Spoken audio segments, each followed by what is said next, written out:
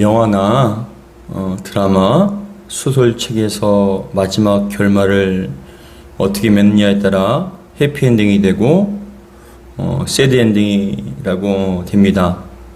해피엔딩은 소설이나 TV, 드라마, 연극에서 행복한 결말을 얘기하는 것이죠. 우리가 잘 아는, 너무나 잘 알고 있는 신데렐라나 백설공주는 비록 악한 왕비를 인하여서 버림받고 고통받고 많은 아픔과 위기를 겪지만 마지막에는 공주가 멋진 왕자님을 만나서 행복하게 잘 살았다는 결말을 보며 함께 행복합니다. 그게 해피엔딩이죠. 어르신들이 좋아하는 아침 드라마나 저녁에 하는 일일 드라마나 주말 드라마를 보면은 꼭 주인공을 아프게 하고 힘들게 하는 악한 사람들이 나옵니다. 악한 사람으로 인해서 주인공이 억울한 누명을 쓰고 괴로워할 때마다 감정이입이 되셔서 주인공이 힘들어할 때마다 또한 그 악한 사람에게 저 나쁜 놈, 저 못된 놈이라고 얘기하면서 화를 내시면서 함께 화를 냅니다. 예전에 꽤 인기를 끌었던 드라마에서 악역을 맡은 한 분이 주인공을 힘들게 하고 굉장히 괴롭히는데 그 배우가 한번 시장에 갔다고 합니다. 시장에 가서 한 식당에서 밥을 먹는데 어떤 아주머니께서 그 배우의 등을 힘껏 치시면서 이 나쁜 놈아, 이 주인공 누구누구를 좀 그만 좀 괴롭혀라 라고 왜 이렇게 못돼 처먹었냐고 그렇게 얘기를 하더랍니다. 그러니까 그 악역을 맡은 배우는 아니에요 어머니, 저는 그냥 제 역할에 충실한 것이고 저 나쁜 사람 아니에요 라고 얘기하는데도 그럼에도 불구하고 그 말을 듣지 않고 끝까지 째려보면서 나쁜 놈, 이 못된 놈 그만 좀 해라고 그렇게 째려보면서 가더랍니다. 주인공이 잘 해보려고 하면은 방해를 하고 또 큰 위를 당하게 만드는 그런 것을 보는 시청자들은 화를 내기도 하고 욕을 하면서 보기도 합니다. 그러나 마지막에는 주인공을 힘들게 하고 고통스럽게 했던 악인이 망하거나 아니면 주인공에게 눈물을 흘리면서 자신의 잘못을 뉘우치며 자신이 그동안 너무나 잘못했다라고 그렇게 용서를 구합니다. 그렇게 잔인하고 못되고 악한 사람이 한순간에 어떻게 이렇게 바뀌었는지 너무나 착하고 선한 사람으로 바뀌어서 어안이 벙벙할 정도입니다. 그리고 마지막 장면은 꼭 주인공과 주인공의 친구, 연인, 가족들이 주인공의 등을 두드려주면서 손을 잡고 세상에서 가장 행복한 미소로 웃으며 끝이 납니다. 그게 해피엔딩이죠. 그러한 주인공과 주변 사람들을 행복해하는 모습을 보면서 시청자들은 흐뭇한 마음으로 야, 잘됐다. 마치 자신의 삶이 그렇게 행복한 것처럼 그렇게 잘됐다라고 얘기를 하면서 드라마를 마무리하게 됩니다. 이것이 바로 행복한 결말, 해피엔딩입니다. 그러나 이와 정반대로 나쁜 결말, 슬픈 결말이 있습니다. 뭐냐면 배드엔딩, 새드엔딩이라는 것이죠. 로미오와 줄리엣처럼 주인공이 참 많은 아픔과 슬픔을 겪고 역경을 겪었는데 마지막에 결국은 죽게 되는, 그 로미오가 죽게 되고 또 줄리엣도 죽게 되는 그런 것을 바라보면서 배드엔딩, 어떤 새드엔딩, 그리고 슬픈 결말, 나쁜 결말이라고 그렇게 얘기를 합니다. 그러한 결말을 보면은 마지막에 큰 여운을 주지만 마음을 참 먹먹하게 만들죠. 잘 됐으면 좋을 텐데 왜 저렇게 비참하게 끝났을까? 왜 저렇게 힘들게 끝났을까라는 그런 아쉬움이 담기기도 합니다. 성도 여러분, 우리의 삶은 해피엔딩일까요? 아니면 새드엔딩일까요? 해피엔딩으로 끝날까요? 아니면 배드엔딩, 슬픈 결말로 끝이 날까요? 다음 주는 하나님께서 한 해 동안 베푸신 은혜와 사랑에 대하여 기억하고 감사하는 추수감사주일 아닙니까? 추수감사주일 전, 바로 전주인 이번 주에 무슨 말씀을 전해야 할까라고 생각하면서 하나님께서 우리 성도들에게 추수감사주일을 맞이하여서 당일이 아니라 그 전주에 나에게 주신 그 은혜가 어떤 것인가를 다시 한번 생각할 수 있는 그러한 시간을 가졌으면 좋겠다라는 마음으로 기도를 하고 묵상을 하면서 마음의 감동을 받은 말씀이 바로 오늘 본문의 말씀이에요. 바라기는 오늘 말씀을 통하여서 저와 여러분들 향한 주님의 귀한 메시지와 음성이 들려지기를 주의 이름으로 축복합니다. 오늘 저와 여러분들에게 주시는 말씀 첫 번째는 그겁니다. 하나님께서 우리에게 정체성을 잃지 말라. 정체성을 잃지 말라라고 말씀을 합니다. 하나님께서는 저와 여러분들이 세상에 살지만 세상에 속한 존재가 아니라는 것, 하늘에 속한 존재로서 하나님의 자녀요 천국 백성이라는 사실을 잊지 않길 원한다는 것이에요. 하나님께서는 여러분들이 어떤 존재인지를 잊지 않길 원하셔요. 우리는 하늘에 속한 존재라는 걸 알면서도 삶에 쫓기며 바쁘게 살다 보면 어느 순간 우리의 정체성과 소속을 때로는 망각하며 잃어버리고 살 때가 참 많이 있습니다. 마치 이 땅의 삶이 전부인 것처럼 이 땅의 삶 때문에 괴로워하고 슬퍼하고 아파하기도 합니다. 오늘 본문에 나오는 다니엘의 세 친구 하나니아와 미사엘, 아사랴는 바벨론으로 끌려온 유대인이었습니다. 오늘 본문의 주인공인 역사적으로 볼 때 하나님은 나라요 백성을 잡아왔던 남유다는 주전 586년에 바벨론에 의해서 멸망하게 되거든요. 나라가 완전히 무너지게 됩니다. 근데 그 느부갓네살 왕에 의해서 멸망당하기 전에 세 차례에 걸쳐서 그때까지 세 차례에 걸쳐서 남유다에 살던 그런 유대인들이 포로로 바벨론으로 끌려갈 때가 있었습니다. 1차는 주전 605년에 느부갓네살 왕이 그 남유다에 살던 귀족들을 데리고 남유다로 바벨론으로 끌고 간 것이 있습니다. 그때 그 귀족 출신 중에 한 사람이 바로 다니엘과 세 친구예요. 1차로 포로로 끌려갈 때 605년에 끌려갈 때 다니엘과 세 친구도 함께 끌려갔던 것이고 2차가 597년에 있는데 남유다의 여호야긴 왕과 그리고 기술자들 그리고 우리가 잘 아는 에스겔 선지자 그 에스겔 선지자도 2차 때 포로로 끌려간 것이고 3차 때는 완전히 나라가 망해서 그곳에 웬만큼 괜찮은 사람들을 다 포로로 끌고 간 거예요. 남겨진 사람들은 다 스스로의 힘으로는 그런 나라를 세울 수 없는 연약하고 참 아무것도 할 수 없는 그런 사람들만 남겨놓고 다 데리고 갔다는 것이죠. 근데 우리가 잘 아는 사람 중에 에스더, 모르드게도 포로로 끌려간 사람 중에 한 사람이었습니다. 근데 우리가 눈여겨보아야 할 것은 바벨론으로 끌려간 다니엘의 세 친구의 이름은 하나냐, 미사엘, 아사랴거든요. 근데 바벨론식 이름을 새로 지어준 거예요. 뭐라고 지어주냐면은 우리가 잘 아는 사드락, 메삭, 아벳느고로 새로운 이름을 바벨론식 이름을 지어주었습니다. 우리가 잘 아는 다니엘은 그 다니엘의 원래 뜻은 하나님은 심판자이시다, 하나님이 나의 재판장이시다라는 뜻이 다니엘이라는 뜻이 다니엘이거든요. 근데 엘이라는 것은 하나님을 가리키는 엘로힘의 엘자를 붙여서 이스라엘 사람들 이름에 엘자가 들어가면 하나님과 연결된 거예요. 그 대표적인 예로 엘리야 할 때 엘이 들어가지 않습니까? 그럼 엘리야 하면은 내 하나님은 여호와시다라는 그런 뜻이 있고 엘리사는 하나님은 구원이시다라는 엘자가 들어가면 하나님과 연결된 이름들이 대부분입니다. 그래서 다니엘은 하나님은 나의 심판자이시다, 하나님이 나의 재판장이시라는 이름입니다. 그런데 이 다니엘에게 바벨론식 새 이름으로 벨드사살이라는 이름을 새로 줍니다. 이 다니엘에게. 근데 이 벨드사살이 어떤 뜻이냐면 벨의 왕자. 그리고 벨이 총애하는 자. 벨이라는 것은 그 바벨론의 신이거든요. 그러니까 여호와 하나님 대신에 그 바벨론의 신 벨이 너를 사랑하는 자, 총애하는 자라는 그런 해서 벨드사살이라는 이름을 지어준 거예요. 이 다니엘의 세 친구도 원래 하나냐는 뜻이 여호와는 친절하시다, 여호와는 여호와의 총애하는 자라는 뜻이 있습니다. 하나냐라는 뜻이. 근데 이 하나냐를 사드락이라고 이름 지은 거예요. 바벨론식으로. 이 사드락이란 뭐냐? 태양신에게서 빛을 받았다. 사드락이라는 뜻이. 태양신에게서 빛을 받았다 해서 사드락이라고 얘기하는 것이고 좀 지혜로웠던 것 같아요. 그리고 미사일이라는 뜻은 누가 하나님과 같으랴라는 뜻인데 근데 그 바벨론식 이름으로 메삭. 근데 그 메삭이라는 뜻은 누가 샤크 여신과 같으랴. 이름이 다 그들의 신, 우상들과 연결된 거예요.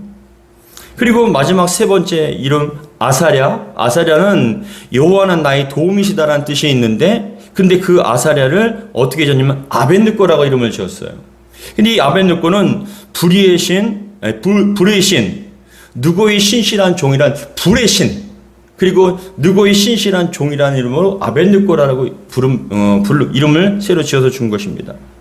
많은 교회와 성도님들이 다니엘의 세 친구를 말할 때 사드락, 메삭, 아벳느고라고 부르잖아요.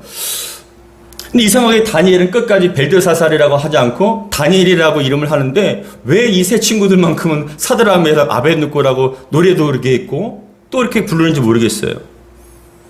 근데 그게 사드락 메삭 아벳느고는 우리의 너무나 익숙하고 많이 불렀기 때문에 입에 붙어서 그렇게 사드락 메삭 아벳느고라고 부르지만, 그러나 저의 개인적인 소견으로는 이 다니엘의 세 친구를 부를 땐 하나냐, 미사엘, 아사랴라고 좀 불렀으면 좋겠어요. 익숙하진 않지만 그것이 여호와 하나님과 연관된 그런 이름인데, 사드락 메삭 아벳느고는 다 벨의 신이며 불의 신이며, 그리고 느고가 총명을 주는 자, 그런 식으로 그렇게 바벨론 신과 연결된 이름이기 때문에 제 개인적으로는 하나냐, 미사엘, 그리고 아사랴라고 불렀으면 좋겠습니다. 여러분, 중요한 것은 우리는 세상 속에 살고 있습니다. 마치 하나냐, 미사엘, 아사랴가 바벨론에 끌려가서 그 우상과 그리고 그러한 신들이 지배하는 그러한 땅에 가서 어쩔 수 없이 세상에 살고 있다는 것이죠. 그러나 세상에 살고 있을지라도 저와 여러분들은 세상에 속한 땅의 존재가 아니라 하나님께 속한 존재라는 것, 그것을 잊지 말라고 얘기하시는 거죠. 저와 여러분들은 세상의 존재였지만 예수님이 십자가 보혈로 죄 씻음 받았고 성령으로 거듭난 하늘에 속한 존재라는 거예요. 이 다니엘의 세 친구가 새로운 바벨론식 이름을 주며 세상은 강요합니다. 세상과 더불어 살아라. 세상의 방식대로 살아라. 세상에게 경배하며 살아라라고 그렇게 요구를 하고 그렇게 강요를 하지만, 그럼에도 불구하고 끝까지 신앙과 믿음을 지켜나가는 하나님의 이름, 그 주신 이름에 따라 합당한 이름으로 살길 원한다는 것이죠. 성경 속에 하나님께서 새로운 이름을 지어주신 사람이 많습니다. 아브라함을 아브라함, 사레를 사라라고 이름을 지어줬습니다. 근데 이 아브라함은 높은 아버지, 높임받는 아버지란 뜻인데, 높임받는 아버지라는 것인데 뭐냐면은 그 아브라함의 아버지 데라가 그 갈대우르의 대세장이었어요. 신의 대세장. 그러니까 이 아브라함 막내가, 아브라함이 나중에 커서 자기와 같이 좀 우상을 섬기는 신의 대세장과 같은 높임받는 자, 그렇게 그 지역에서 우상들을 섬기면서 그 사람들에게 높임받는 자가 되었으면 좋겠다라고 그러한 의미에서 아브라함이라고 지어졌는데, 하나님께서는 그 아브라함을 아브라함으로 바꿔주신 거예요. 모든 민족의 큰 아버지라고 불러주신 거죠. 창세기 17장 5절에는 다음과 같이 얘기합니다. 이제후로는 내 이름을 아브라함이라 하지 말고 아니하고 아브라함이라 하리니 이는 내가 너를 여러 민족의 아버지가 되게 함이라라고 말씀하세요. 99세 때까지는 아브라함이 이름으로 살았어요. 근데 99세 때 할례를 통해서 이제는 아브라함이라고 바뀌어진 거예요. 여러분, 우리의 인생이 예수님을 만나기 전에는 세상에 속한 존재였죠. 그러나 예수님 만난 후에는 예수님께 속한 존재로, 하나님께 속한 존재로 살아야 된다는 것이죠. 그래서 사례는 나의 공주라는 뜻이거든요. 나의 귀염둥이, 나의 공주. 근데 사라는 열국의 어머니, 모든 민족의 믿음의 조상의 그런 뿌리와 같이 모든 열국의 어머니라는 뜻으로 말씀을 주신 거예요. 아브라함과 사라는 우상의 대세장이 되어서 세상에서 출세하고 세상의 방식대로 살기를 원했지만, 그렇게 살아왔지만 하나님께서 새로 지어주신 이름은 아브라함과 사라는 하나님의 방식대로 하나님의 나라와 민족을 위해서 살기를 원하셨던 것이죠. 인생의 가치와 목표가 바뀌어진 것이고 신분이 바뀌어진 거예요. 야곱이 인생 최대의 위기였던 형 에서를 만나기 전에 약본강가에서 씨름을 합니다. 천사와 씨름을 하는데 이겼습니다. 밤새도록 여러분 씨름을 해서 손을 놓지 않았어요. 근데 그 천사가 뭐라고 물어봤습니까? 네 이름이 뭐냐? 야곱입니다 라고 얘기하니까, 이 야곱이란 뜻은 뒤를 쫓는 자, 발 뒤꿈치를 잡는 자거든요. 근데 그 천사가 뭐라고 얘기하냐면, 너는 이제부터 이 야곱이라고 부르지 말고 이스라엘이라고 부르라. 이스라엘. 이거 뭐냐면 겨루어 이겼다는 거예요. 엘이라는 것은 하나님이잖아요. 엘로힘. 근데 뭐냐? 하나님과 겨루어 이겼다라는 뜻이 바로 이스라엘입니다. 이거 뭘 얘기하냐? 너는 하나님과도 겨루어서 이겼는데 사람들 앞에서는 당당히 살아라는 거예요.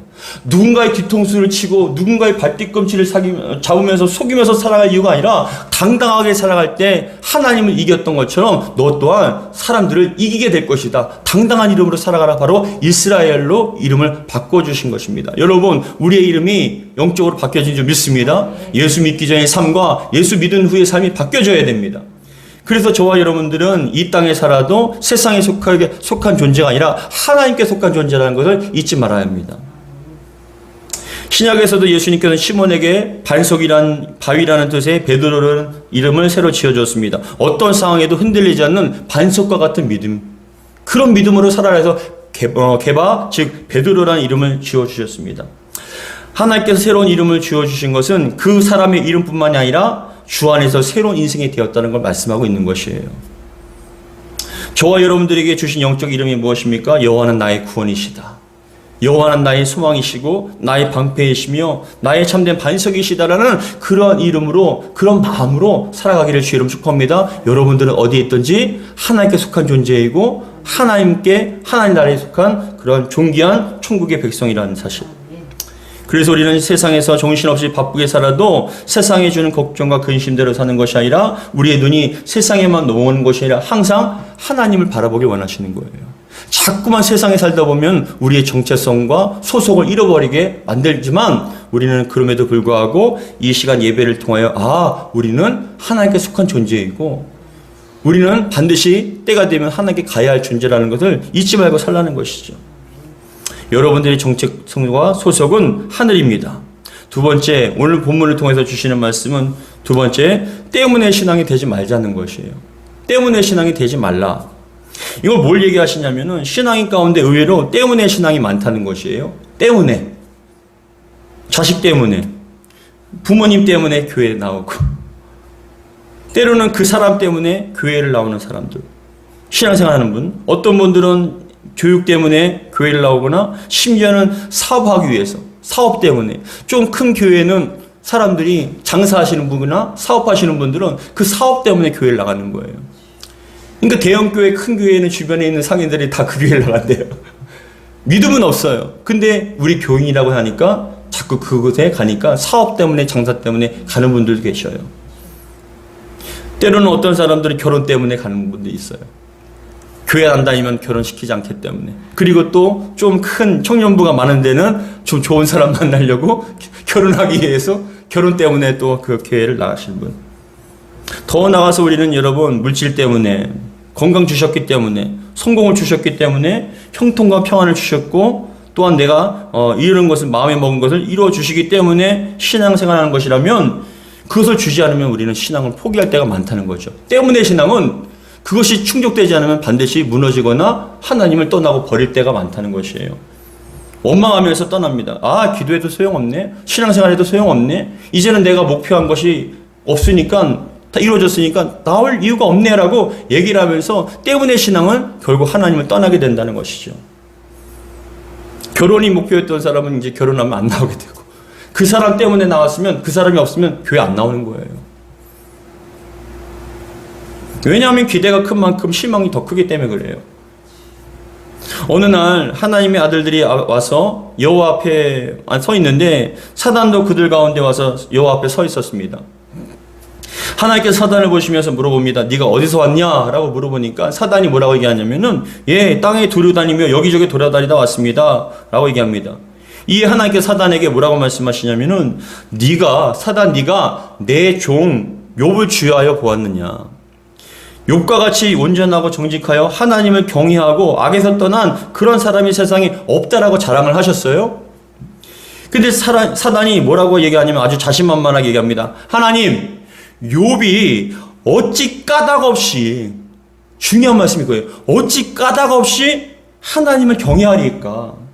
주께서 그와 그의 집과 그의 모든 소유물을 울타리로 두르심 때문이 아니니까. 때문이 아닙니까? 주께서 그의 손으로 하는 발을 복되게 하사 그의 소유물을 땅에 넘치게 하셨기 때문에 하나님을 경외하고 하나님을 잘 믿는 것입니다. 라고 얘기하는 거예요. 욥이 하나님을 잘 믿고 신앙생활 열심히 하는 이유가 다 있다는 것이죠. 그러면서 이제 주의 손을 펴서 그의 모든 소유물을 씻어서 그리하면 뭐라고 얘기하냐면 틀림없이 주를 향하여 욕하지 않겠습니까? 라고 얘기하는 거예요. 욕하고 떠날 겁니다. 라고 얘기합니다.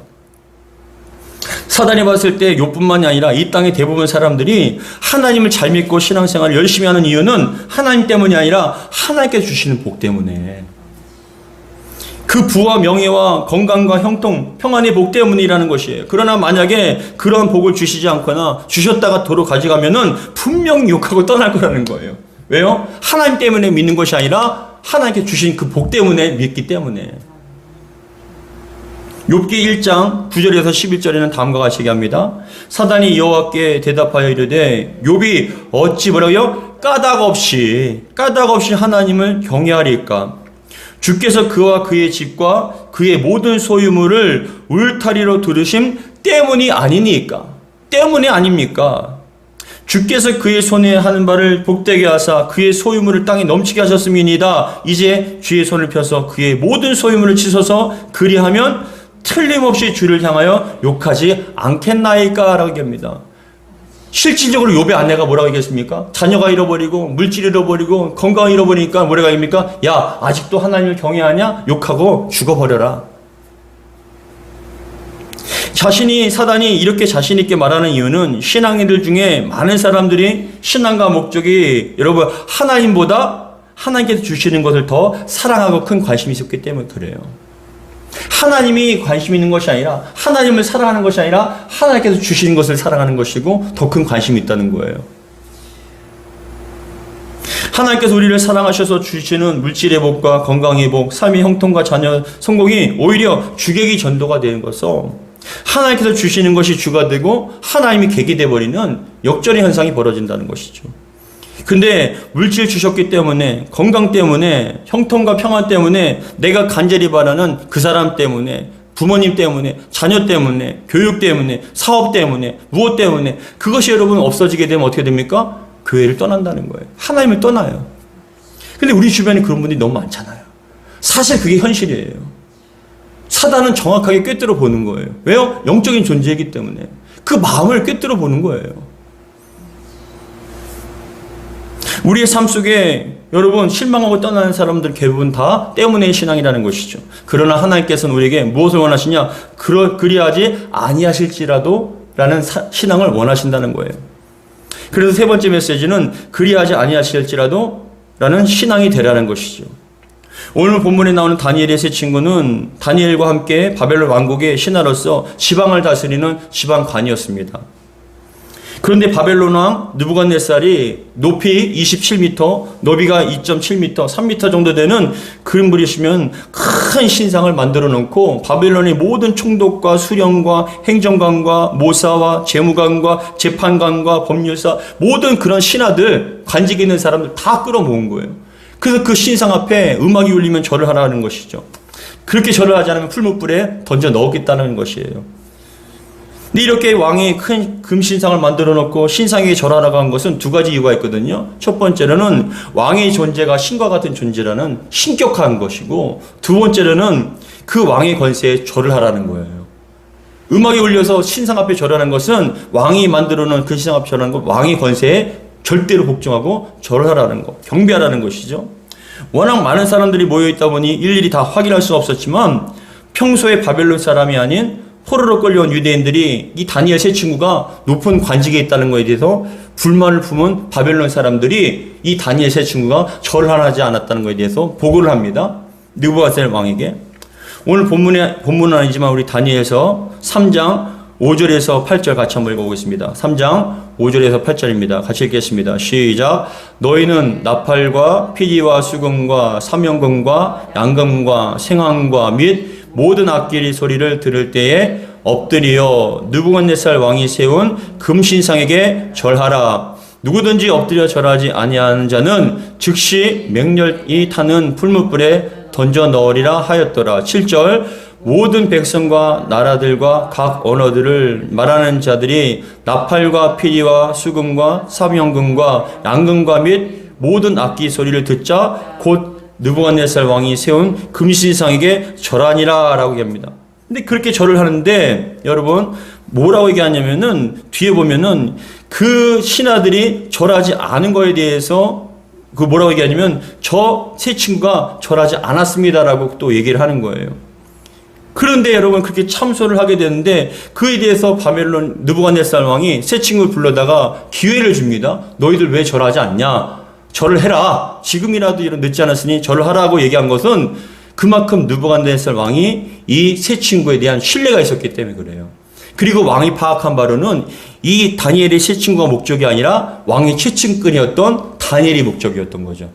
이 다니엘에게 가장 친한 친구가 이 세 친구인데 세 친구를 무너뜨리고 죽임을 통하여 이 다니엘도 흔들어버려서 같이 끌어내리려고 했던 목적이 있었던 것이죠. 근데 기회를 줍니다. 왕이 뭐라고 얘기하냐면 너는 지금이라도 늦지 않았으니까 내게 절을 하라 라고 얘기합니다. 그런데 여러분 13절에서 15절 같이 한번 읽어보겠습니다. 3장 13절에서 15절 시작. 느부갓네살 왕이 노하여 분하여 사드락과 메삭과 아벳느고를 끌어오라 하매 드디어 그 사람들을 왕의 앞으로 끌어온지라.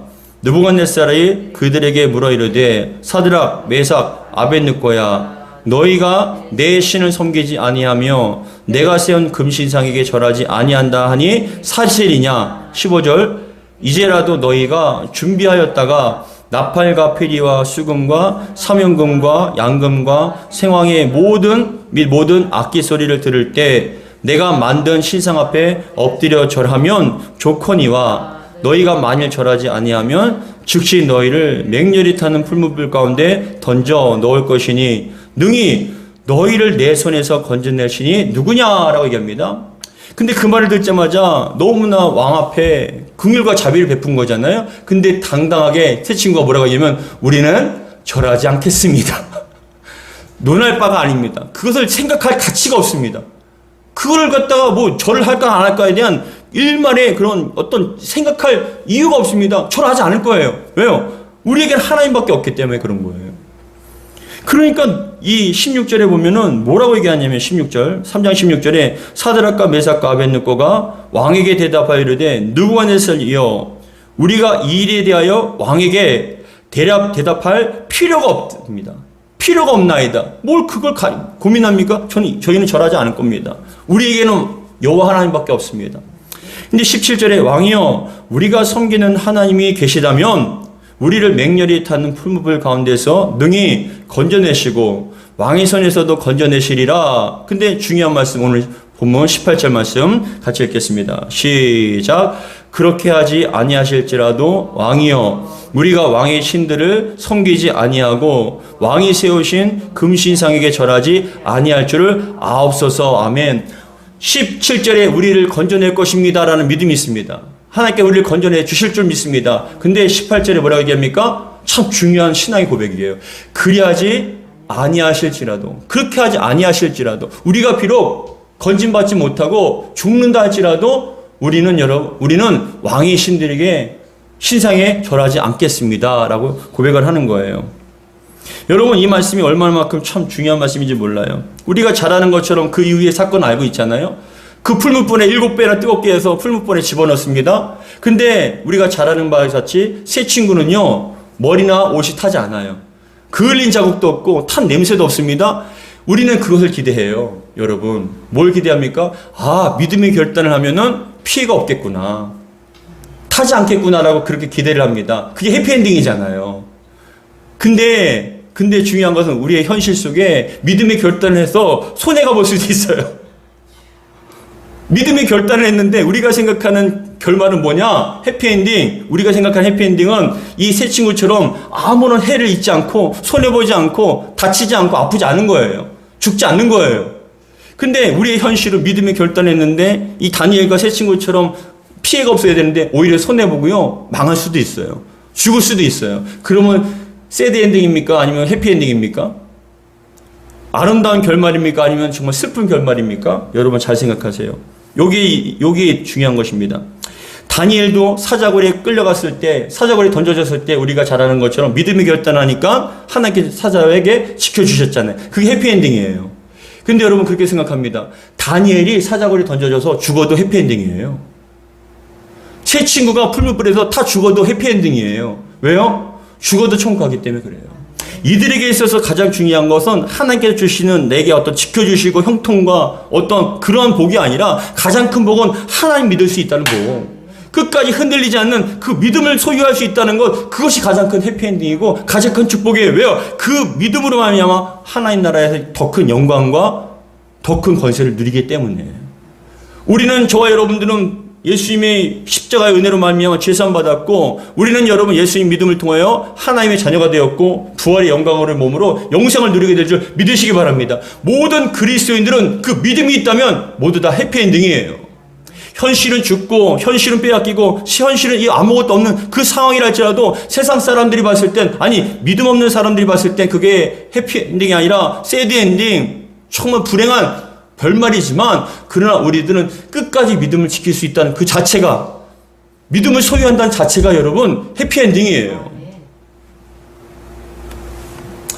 예수님을 믿는 하나만으로도 우리는 평생 또 감사해야 합니다. 행복한 사람들입니다. 지금 여러분들의 신앙과 믿음이 그대로 유지됩니까? 견고합니까? 그것으로 말미암아 우리는 감사하고 또 감사해야 할 이유가 있는 거예요. 왜냐하면 우리는 모두 하나님의 자녀로서 구원받고 눈물도 없고 슬픔도 없고 아픔과 고통과 병듦이 없는 영원한 안식과 쉼이 있는 하나님의 나라 천국에서 영생을 누리게 될 것이기 때문에 그렇습니다. 모든 믿는 자들은 해피엔딩이에요. 베드로도 십자가에서 목 잘려 죽을 때 거꾸로 매달려 죽었습니다. 순교당했어요. 바울도 순교당했습니다. 스데반도 순교를 당했습니다. 그들이 여러분 그거 배드엔딩입니까? 아니요, 해피엔딩이에요. 예수님께서도 십자가에서 죽으셨습니다. 모든 사람들이 손가락질하고 조롱하며 욕을 했습니다. 근데 여러분 그걸로 끝났습니까? 믿는 자들은 해피엔딩이에요. 부활의 영광을 누리게 됩니다. 영생을 누리게 됩니다. 이제 다음 주면 한 해 동안 베푸신 은혜를 생각하며 감사하는 추수감사주일입니다. 여러분 삶 속에 어떤 열매가 있습니까? 때문에 신앙이 아니라 그리하지 아니하실지라도 하나님으로 인하여 감사하고 만족하며 정말 하나님 때문에 우리가 기뻐할 수 있는, 그럼에도 불구하고 그리하지 아니하실지라도 하나님 때문에, 하나님 믿는 그 믿음 때문에 우리가 감사할 수 있는, 즐거워할 수 있는 저와 여러분 되기를 주의 이름으로 축복합니다. 이렇게 수많은 사람들이 교회를 떠나고 신앙에 여러분 정말 파선이 되어서 포기하는 그 상황 가운데서 여러분들이 신앙과 믿음을 지킬 수 있다는 게 얼마나 큰 축복인지 모릅니다. 감사해야 할 일입니다. 여러분들이 다시 한번 감사하고 기뻐하며 정말 영광 돌리는 저와 여러분 되기를 주의 이름으로 축복합니다. 기도하겠습니다. 아버지 하나님 감사드립니다. 우리 예수 믿는 모든 자들은 불행한 결말이 없습니다. 모두가 다 해피엔딩입니다. 어떤 상황으로 살고 어떻게 살았다 할지라도, 병들고 가난하고 힘들다 할지라도 예수 믿는 그 믿음 때문에 천국에서 영광을 누리게 될 줄 믿습니다. 아버지 하나님, 이 믿음을 주심을 감사드리고 이 믿음이 항상 흔들리지 않고 더욱더 견고할 수 있는 저희가 되게 도와주시고, 때문에 신앙이 아니라 그리하지 아니하실지라도의 신앙과 믿음이 될 수 있도록 축복하여 주옵소서. 이 땅에 살아도 정말 세상의 이름이 아닌 하나님께 주신 그 이름을 소유하며 하늘에 속한 존재로서 살아갈 수 있도록 도와주시옵소서. 우리 주 예수 그리스도로 기도하옵나이다. 아멘.